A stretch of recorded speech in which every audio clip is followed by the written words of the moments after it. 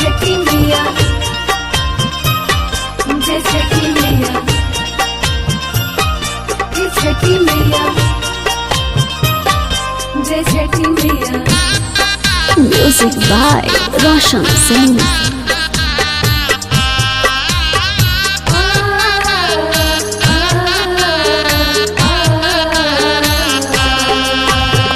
चढ़ल कतिकवा महीनावा तो ललसा पुराइनु हो।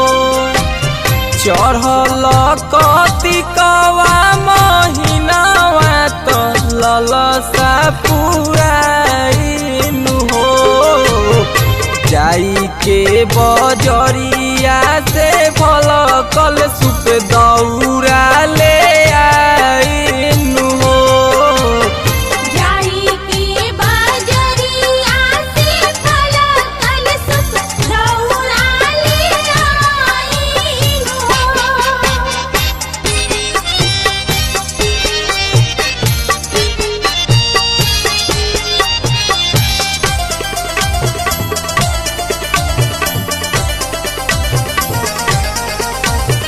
जल बीच भूखल तिवई खाड़ी बाड़ी प्रकट हो जाई हो।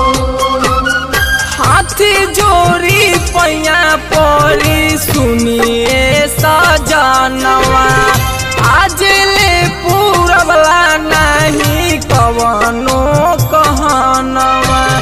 जाई के गंगा जी के तीरावा पर घटिया सजाइनु हो। जाई के गंगा जी के तीरावा पर घटिया सजाइनु हो।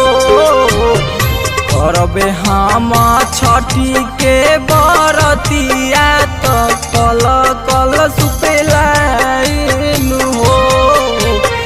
जाई के बजरिया से फल कल सुप दौरा ले आइनु हो। जय छठी मैया जय छठी मैया।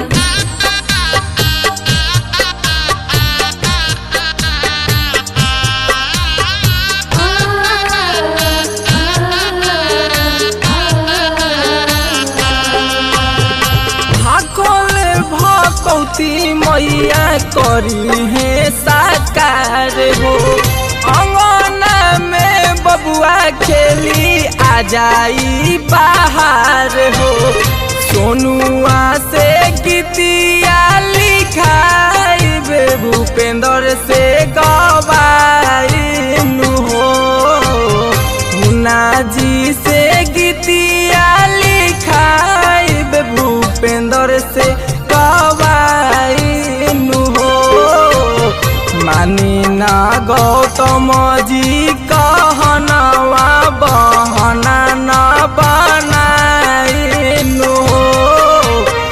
जाई के बजरिया से फल कल सुप दौरा ले आइनु हो। चढ़ल कतिकवा महीनावा तो ललसा पुराइनु हो। चढ़ल कतिकवा महीनावा तो ललसा पुराइनु हो। जाई के बज